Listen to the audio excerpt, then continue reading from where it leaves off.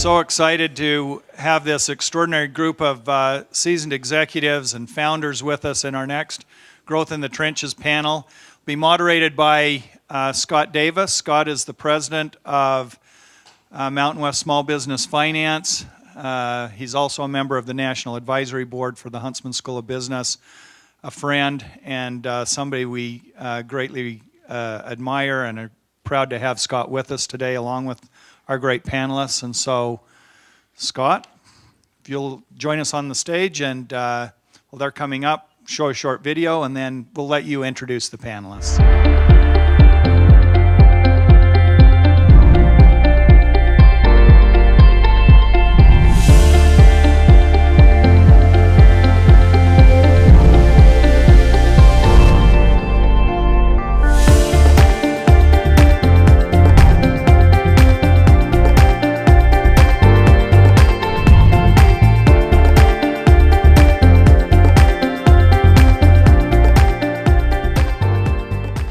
Our company is licensed by the Small Business Administration, and the administrator now of the SBA is Linda McMahon, so I sort of felt with that music like we should be coming down the center aisle and let's get ready to rumble or something, you know. But it's great to be with you, and that first panel, that was just amazing. That was really great information. Appreciated the insights there. So great to be with all of you. This is our Confronting Challenges in Different Stages of Growth. And all three of these gentlemen have had a lot of experience at that. So with us today, I've asked each one of them to introduce themselves and tell a little bit about their company and some of the challenges that they've experienced in their individual growth, and then we'll go from there. But I just wanted to, before we jump into that, you walk around this building, this beautiful building, you'll see references to Teddy Roosevelt's speech called the Man in the Arena speech. Gave it in 1910. I won't read the whole quote, but he talks about, it says that it's not the critic who counts, not the man who points out how the strong man stumbles, or where the doer of deeds could have done them better. And then goes on to talk about the credit belongs to the man who is actually in the arena. And these men are in the arena. They're, they're the ones that, as Roosevelt said, that are, whose face is marred by dust and sweat and blood, who strive valiantly, who err, who come up short again and again because there is no effort without error, but they're the ones who dare greatly. And that's one of the mottos of the Huntsman School, is to dare mighty things. And these men have all done that, so it's a privilege to be with them. So let's go ahead and get started. Ty, would you start for us and tell us, introduce yourself, and tell us a little bit about your company, and then we'll go from there. Thanks. Is that working? Okay. Well, just just briefly, Camp Chef is a local company which I'm proud of. My wife and I have been in Logan a little over 30 years. Just ended up getting married, coming up here to go to school. Grew up in Utah, but like many people, when you drop down through the canyon and you enter the valley, you just feel like there's something there, and you just feel like that's home. And so even at that point, we made a decision to make Cache Valley our home. And I had an opportunity to attend school here. My background is in mechanical engineering, and so I'm kind of again, that engineer way of thinking and a product-driven person. Really cut my teeth at Icon Health and Fitness, back in those days, Westlow, and I think just about everybody in the Valley has some kind of a story or a touch point, with Icon. But that's really where I learned product and learned business. Then had an opportunity to start with another business here in town. It was called Dutro Company, which was a manufacturing company, really just a metal bender, a material handling company. And there had an opportunity to take an idea and turn it into a business. And that idea was really just an idea in an industry and just to make something better. It just happened to be that was in outdoor cooking. And, my wife, she thinks I'm a little bit obsessive, when it comes to making something better or to fixing things, as an engineer. And, and when I'm fixing the leaky faucet in a hotel room, she's probably right.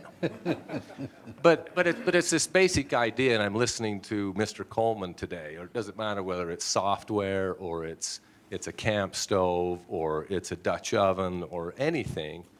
The idea, if we're willing to make it better, and kind of the watchword that a company and me, it's a lot of times it's just fix the damn thing. I mean, if it's broken, let's fix it. Let's make it better, and that's the upward aim that we need to have. And so, one of the challenges is in starting and then growing a business is again, finding people who will share that basic vision with you, and who have that passion to just fix the thing, make it better. And again, it doesn't matter what it is. It doesn't matter what industry it is or where we're at, whether we're talking about healthcare, like Mrs. Coleman here last night. She has a passion to make the healthcare system better. Again, that's something that we can all relate to. Now we have to ask ourselves, how can we make it better? And so with that basically idea, then you can build a business and you can keep adding new products to that. And if you listen to your customer and you do things that help them have a better experience, in the outdoors or in their backyard, you're going to find success. And so combining that with the support of good people and you can really build a successful business. And so again, they said, there's some of the challenges that you have, and again, that challenge of finding people who are willing to share that vision, that you can wrap your core business around, and keeping them, motivated and part of the team is the challenge. And I've been fortunate to be able to do that. We've had a great group of people who, again, come to this valley. They fall in love with it. They want to be here. And again, that idea, if you give people a great opportunity and have a shared vision, you're going to find success. I mean, just last night at dinner, we sat at the table, a young man, Ben Johnson, who's started this cookie business, getting the idea he can make a better cookie. I said, Ben, get out there and figure out how to make a better cookie. The other young man at the table, he's figured out that he's got a better way to charge your cell phone. And he'll be presenting today and pushing that idea of just, making something better. And I just think that's a key to success. It's been a success at Camp Chef, and it applies whether it's to our business, to our life, to our families. That's I think. So anyway. Great. Thank you. That's great. Dave? Great. Well, it's a pleasure to be here today. It's nice to be back on campus. This is a beautiful place and just full of great people. I graduated from Utah State in the business department here as well, both a bachelor's and master's degree, and it has served me well. So if you're here doing that, you're in the right place. I started Conservice in the year 2000, the month of August. So we've been in business 18 years almost now. And when I started, it was myself, and I had one member of the team. There were just two of us that started. It's now 18 years later, and I have about 1,700 members of the team. We're the largest employer in Cache Valley that's for profit. university's bigger and the healthcare system's bigger, and then it's Conservice. So there's been a lot of growth during that period of time. I don't know if that qualifies us for me to be up here today or not, but 18 years of very rapid growth. Our business is utility management. We provide utility management services typically for owners of real estate. We manage around 3 million different meter points in North America and provide anything that's utility related. We own a power company. We create metering systems. We do billing to residential and commercial customers. We have outsourced payables is what we do for customers and pay their utility bills. We'll pay about $2 billion in utility spend this year for customers. Our revenues are approaching about $200 million this year, and that's kind of the process we've gone through. So I look forward to talking a little bit more about growth and answering questions and how we got to where we are and the fun and the challenges of doing that. Great, thank you. Craig? Thank you. It's a pleasure to be here. I appreciate the honor of being asked. It's an interesting thing. I actually am a lawyer by background, practicing law in Newport Beach in California with a fairly good-sized firm, and we got a case. It was a real estate firm. That's what I was interested in. We got a case that had to do with aviation. The guy wanted an aviation expert. We all looked around the table. There wasn't one. But I had to confess that I got my pilot's license at 17, and so I became the firm expert. You laugh about that because I do. The reality is it's an interesting thing about life. You head one direction, and suddenly you see opportunities and you take it. And I think that's a theme that students need to remember. While you prepare the best you can, take advantage of the opportunities when they come. And they may come packaged a whole lot differently than you thought it was at the time, and that was true with me. I left the firm and ended up getting involved in aviation, and I'll describe that a little bit. I also should confess to you that I'm being called a recovering lawyer because I left the practice of law and got involved in business. So I accept that. But I also was told today that by coming here, I'm a recovering BYU alumni. So I'll accept that too, and I'm honored to be here. It's a beautiful, beautiful campus, so thank you for the invitation. ComAv stands for Commercial Aviation Services. If I was trying to explain the business to a Rotary Club, I'd hold up a model of a 777 airplane and ask the audience how expensive is that asset. Most would guess in the range of about 30 to 50 million, and they would consider themselves aggressive. If you go to buy a new 777 commercial airplane today at Boeing, the list price, if you're FedEx, you're going to get it cheaper, but the list price, you're going to pay about $430 million per airplane. And so, in a nutshell, what happened is as I got exposed to the aviation industry, I realized that the old business model used to be that airlines would buy airplanes, they'd do the old conventional 20% down and finance the rest with a bank. But as the airplanes continued to become more and more expensive and the fleet's bigger and bigger, the model started to transition to operating leases, which won't surprise you because many of us lease our cars. And in that environment, we saw an opportunity to respond to that new class of owners. Question is, if a bank buys 50 airplanes at $400 million apiece, which by the way, the new tax law makes that even more attractive. They did it before for depreciation, but now it's even more enhanced. But if they buy 50 airplanes, obviously the financial institution is going to be in some financial institution place. And so the issue is they put this thing out on a long-term lease and they think all is well. But like any business, there are ups and downs, and some businesses do well and some don't. So the basic business model was to focus on that target audience, banks, financial institutions, and now I would say syndications that they do, and also a lot of insurance companies. Insurance companies want good, stable forms of capital. So the model was to focus on that group and help them figure out what to do with the assets when the assets are either transitioning or not performing. And so in order to respond to that and build the model, we put, there are 3 companies. One is a holding company, and it holds 2 operating divisions. I think I told you ComAv it stands for Commercial Aviation Services.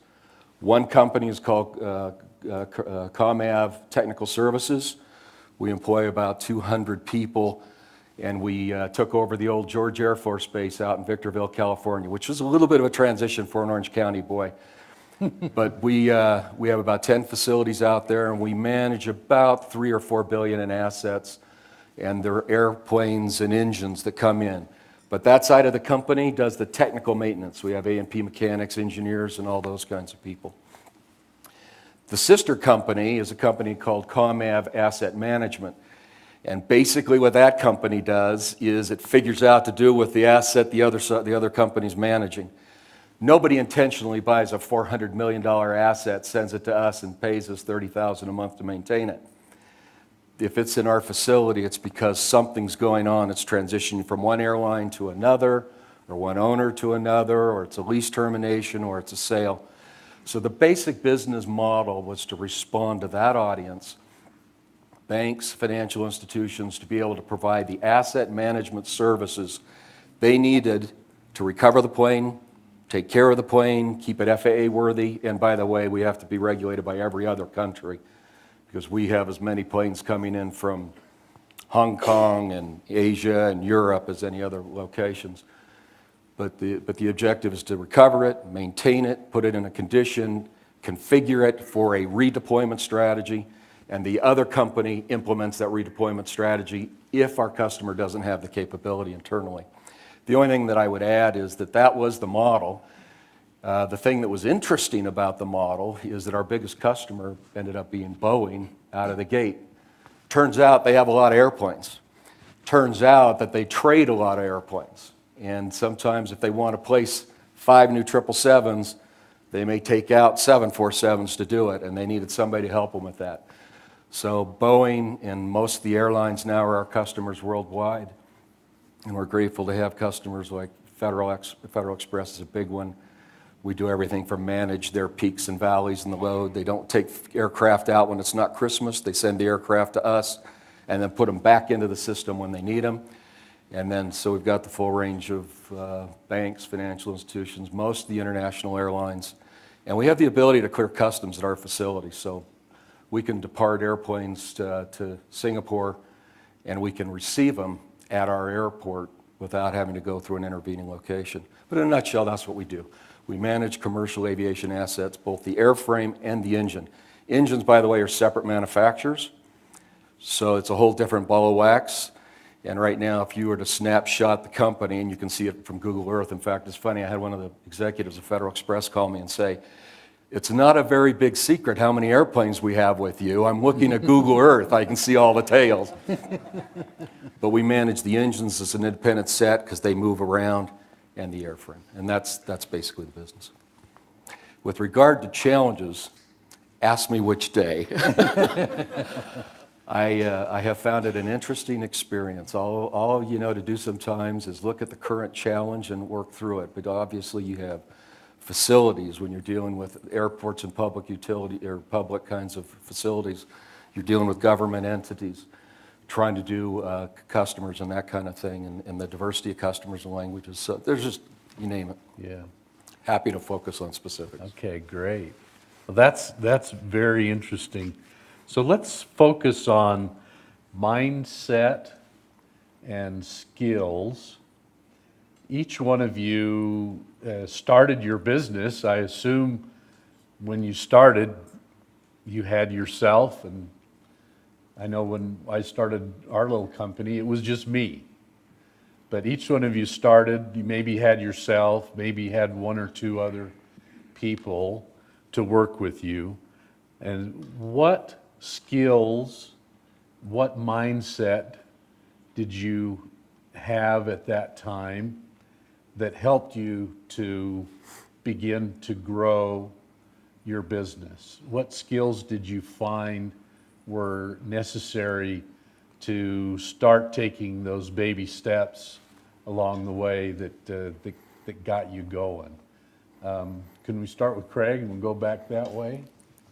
This may be the wrong answer to give, but I'm going to give it anyway. A little bit of naivete, Yeah. a little bit of, a lot of faith, and a little bit of naivete, because honestly, when I look back on it, I'm a little surprised. But you see a vision, you think it's going to work, you go for it. I was blessed that I resigned from a law firm to do it, who said to me, "Don't compete with us, and you're always welcome back." That's actually very helpful.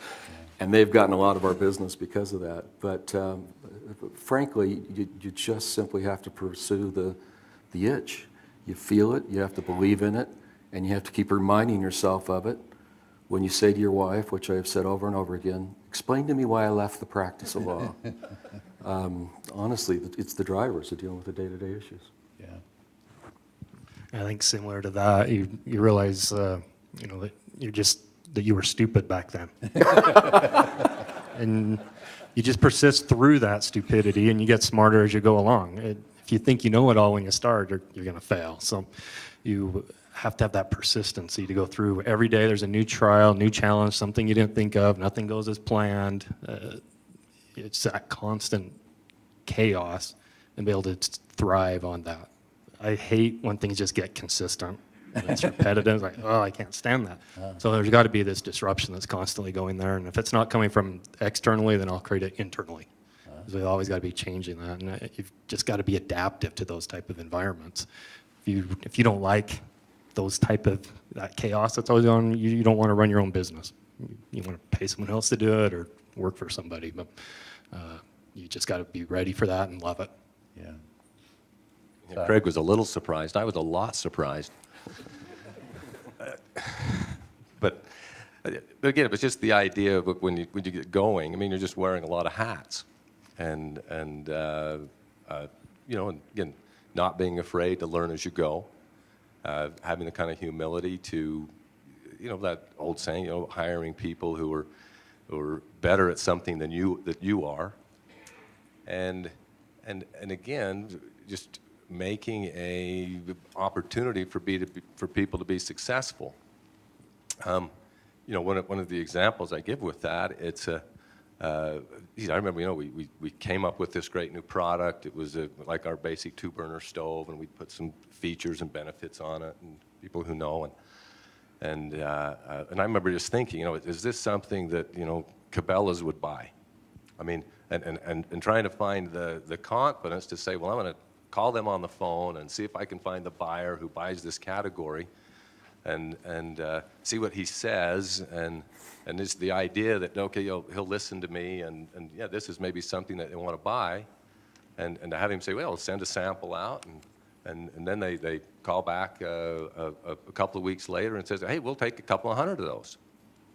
And so then that feeling that you can actually sell something and walk into the Cabela's store, and here's this product that you designed, that you built, that you took through the process of making that happen, and here it is on the shelf, and then maybe 2 weeks or 2 months later, if somebody says, we bought that product and we just had the best experience with it, and you want to do that over again, and that's that cycle, and then you find that your team and your people do that, and again, that's what makes it worth it, as you go through those different challenges and the problems of trying to start and grow a new business.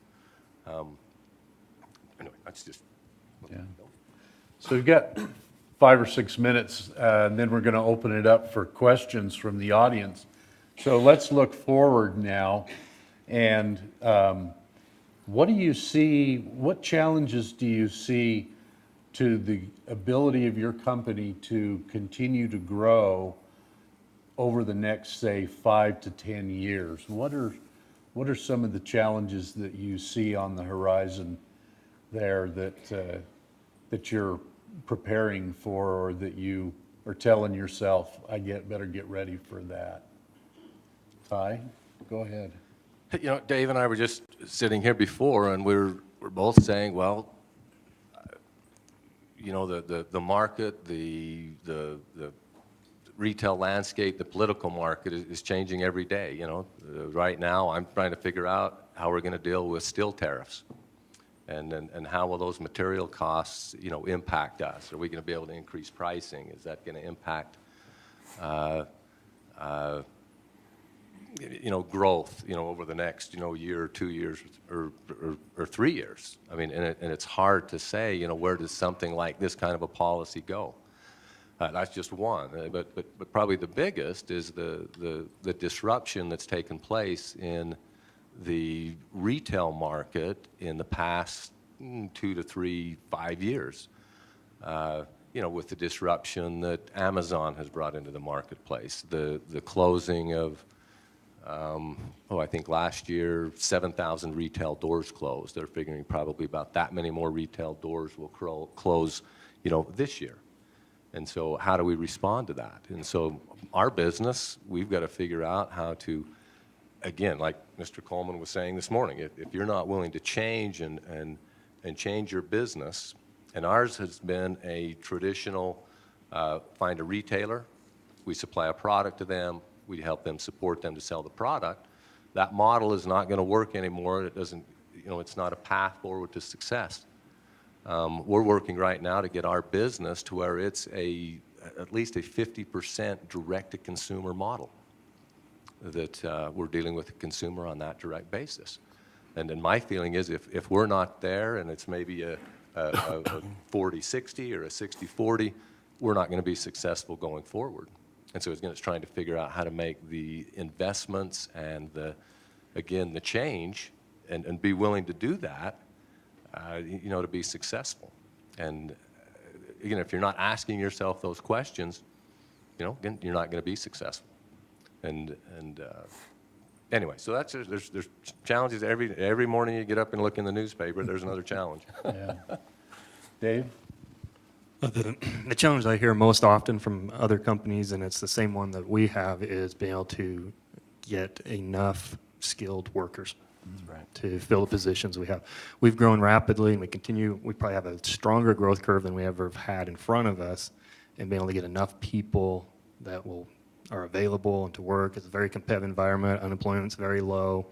And then finding the skill sets that are there. We have a wide range of different skill sets we need. And on the higher up on the skill set, the harder it is to find just enough people to fill that. So and I don't see that changing anytime soon. So so you have to be responsive to that. And we tend to respond to that now with technology, artificial intelligence, different types of aspects to reduce the number of people we need to do the same thing. Yeah, interesting. Greg? Boy, is that the issue for us. The issue for us is skilled labor. We are really struggling with that. In fact, the biggest campaigns we've been doing is really getting involved with colleges in the local area, high schools, and others to try to increase the potential pool of people that we can feed into it. We're also even putting some of our staff into teaching positions and trying to we created a program called Aviation Pathways to try to bring people into the blend of skill sets. That is our number one issue right now, which is remarkable because there are lots of other things I'm worried about, but that is the number one issue. We need 50 right now. We can't get them. So the issue is how do you continue to feed that labor base, particularly because we're fairly diverse in terms of language skills, international sales, and then A&P mechanics and those kinds of things. And that's the biggest challenge we're dealing with.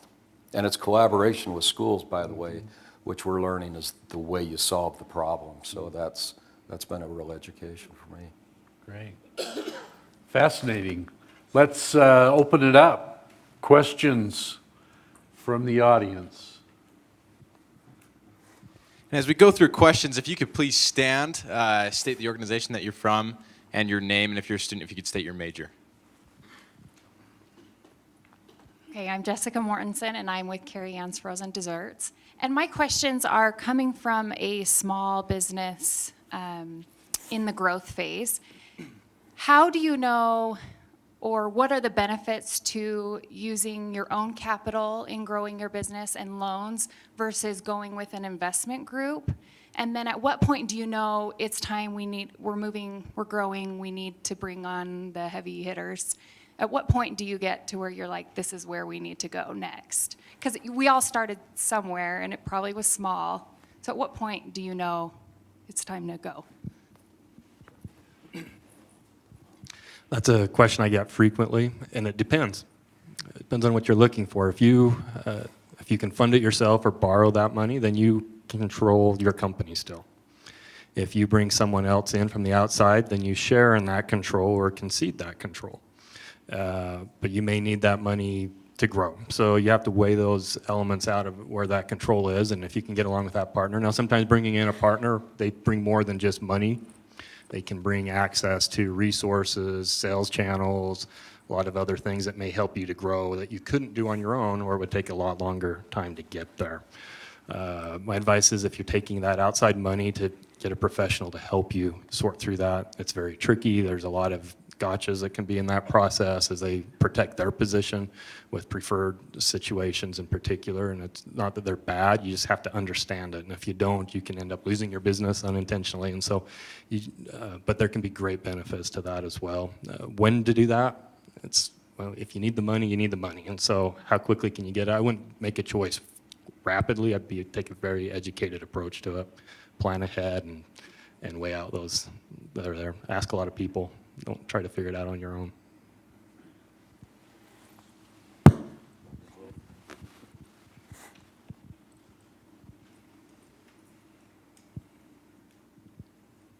Hi, I'm Burton Griffin. My question is, if you could go back to college, or if you could ask yourself any advice being in college, what would you tell yourself that you now know?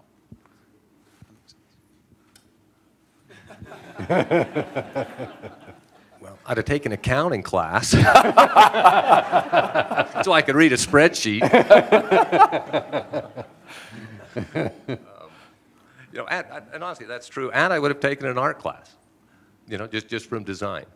I mean, those are probably the two things, if I went back, to just have a little bit more background in, from a business standpoint. These are just short answers on this one, but I probably would have done a lot more case study and learning what others had already done, learn from the historical aspects of other experience in that process, and then apply it to what I was learning in the classes. I probably, if I'd known where I was going to end up, and I didn't, but I still would have probably done an MBA JD instead of just a JD. The JD has served me really well.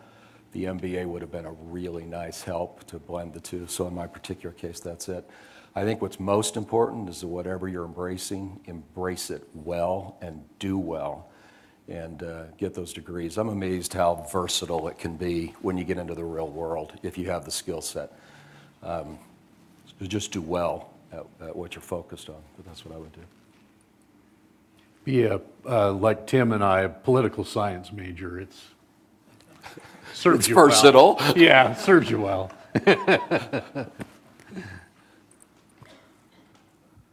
Hi, I'm Nathan Millicum with Electric Power Systems. My question for the panel is, when you started to grow and you needed to build a leadership team, experts in certain functions, can you speak a little bit to how did you select that team? How did you leverage your network? Maybe some good things you did and mistakes you made and things you learned along the way would be great. When you're first starting out, you're more of a beggar than you are a chooser, to be very candid with you. It's tough to persuade people, particularly if they have good paying jobs, why this is going to be a better adventure for their family than that is. Obviously, as the companies start to accumulate success and reputation, then recruiting becomes very easy, or much easier. Never becomes very easy. It becomes easier. But frankly, at the front end, it's a lot of hard work. You try not to have a lot of turnover, but it's tough at the front end when it's new and people don't really know if they trust the leader yet or the concept or the model. And it's just a lot of hard work, and sometimes there's some turnover. Later it gets easier. I don't know. Dave, you have multiple locations, right? I mean, facilities, that must be particularly challenging to manage from a long distance, have teams that you can rely on. Yeah, for sure. So the approach we've taken in that regard is to move people that we know have the culture and the experience and the same decision-making models that we have at the corporate office, and then employ those people in those places so that can hopefully continue in that way. I totally agree with this. You are a beggar on the front end. You're trying to convince people to believe in a dream that you have, and then you hope that you're compatible in the pursuit of that dream, and it does get a little easier. And now when I'm selecting those type of individuals, it's all about their cultural fit first. Second is their proven past experience. And if you get past those two, then we're probably going to have a deal that comes together. It's complicated, and you just push through it, and you make mistakes, and some people don't work out, and others you didn't think would work out surprise you. And I wish it was a black and white process there, but you've got to pick things that are most important to you, and then pursue those, and hope it works out. Well, and I would just say, kind of specific to your question, is, you know, when you're in a business like yours, which can be highly technical, one of the struggles that I had was how to get, as our business got more complex, and say we started, you know, looking at, say, you know, the web, and it was that decision that I've got to hire people who are a lot smarter than me, and in things that I really don't know, and pay them, and trying to figure out how to do that without blowing up our compensation model, but still be able to you know, make things work. And from hindsight, you know, sometimes, and like your business, I mean, you're going to have to find people who have that technical expertise and pay them to do that, or you're just not going to move the business forward, you know, like you normally would be able to, and deal with those challenges of your compensation model. And you know, and in a closed market like Cache Valley has been, you know, that's a challenge. You know, both from, you know, the unemployment rate here, but you know, also the, you know, kind of the culture that's, you know, here around, you know, kind of the compensation. Anyway, that's, you probably face the same thing, Dave, with, you know, with what you're doing.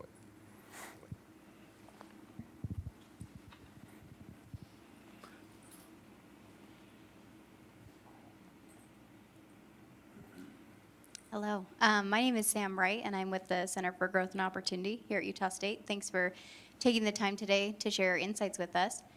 My question is, during the various stages of growth that you've experienced, how many times have you readdressed organizational structure, and what have you learned through those changes?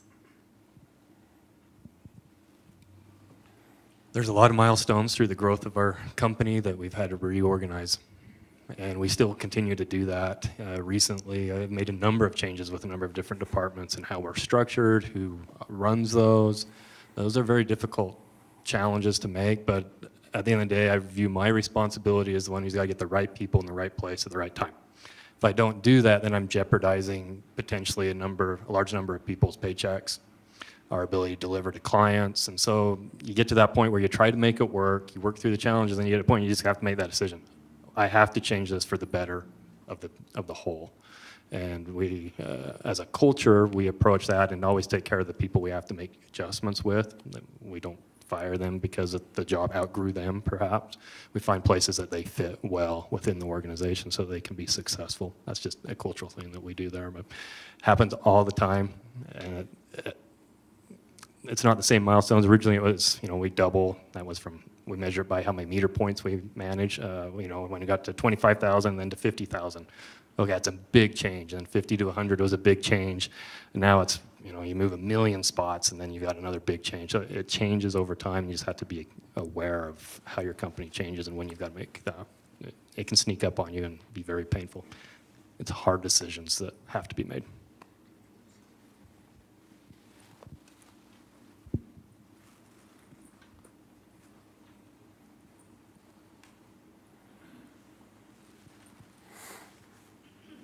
My name's Eugene Bodrero. I own a little weather station company here in Logan. Ty, this is something specific to you. What are the unique challenges that a manufacturer, product manufacturer has to overcome that maybe a software or service company does not?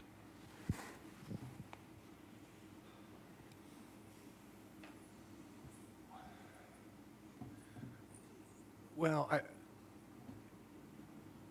you know, maybe again, it's.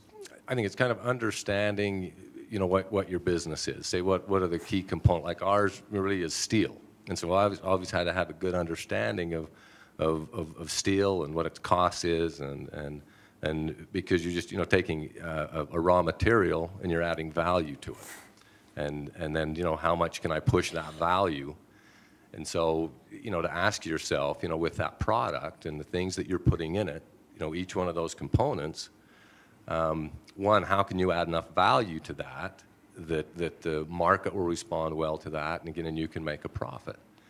And then with that, stepping back, and again, something that's learned and you have to think about through the product is that you've got to go through and address, what I would call the value chain of literally every component of that product.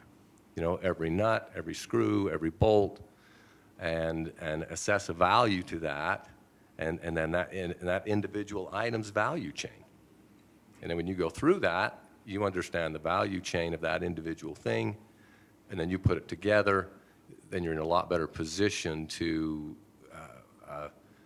position that product in the marketplace, and it has the right value. See, and that's the difference between understanding the cost of something and what it's really worth, or knowing what the cost of something is and what its real value is in the marketplace. And so I would just ask yourself that question over and over with your products. And I think that'll help you see how it best fits against the competition, against the needs of the marketplace, and will also inform, how you're selling it and, how you're reaching the customer for it. Just real quick on it too is your relationship with your suppliers. You got to understand that.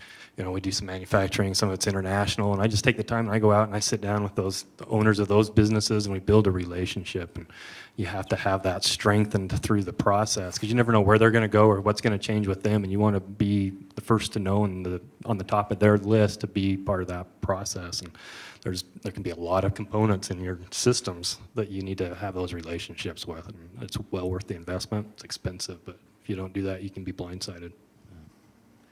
I think we have time for one more quick question. Go ahead. I'll just shout it out. Okay. So my name's Trevor. I'm a student here. I actually work at Conservice as well. Hi, Dave. So my question has to do more with personal management. When you're working full time, running a small business on the side, going to school, how do you manage your health? How do you manage that? You just have to be crazy, quite simply. So when I was going to school, I was doing about 18 credit hours. I was married, worked 40 hours a week, and was starting my own business. So when you're starting or running a business, it's 10 to 16 hours every single day. And if you don't do that, then you've got to change some things. Is that healthy over the long haul? Probably not. So as you grow and you develop, you've got to delegate. You have to decide what's important. You prioritize. It's very hard, and what I find is it's different for everybody. Some people can operate at a very high level of stress, and others are stressed out when there's two things to worry about. So you got to figure out where you're at and then match your life to what you can do. If you push it beyond what you're capable of, you're going to fail. And if you're doing less than you're capable of, you're going to be frustrated. And what that level is probably going to evolve through time and life experiences and age and that type of thing. So there's not a direct answer there. It's just difficult. Well, the insight and expertise of this panel has been amazing. Thank you all for sharing those great stories and your expertise. Please join me in thanking them for their involvement.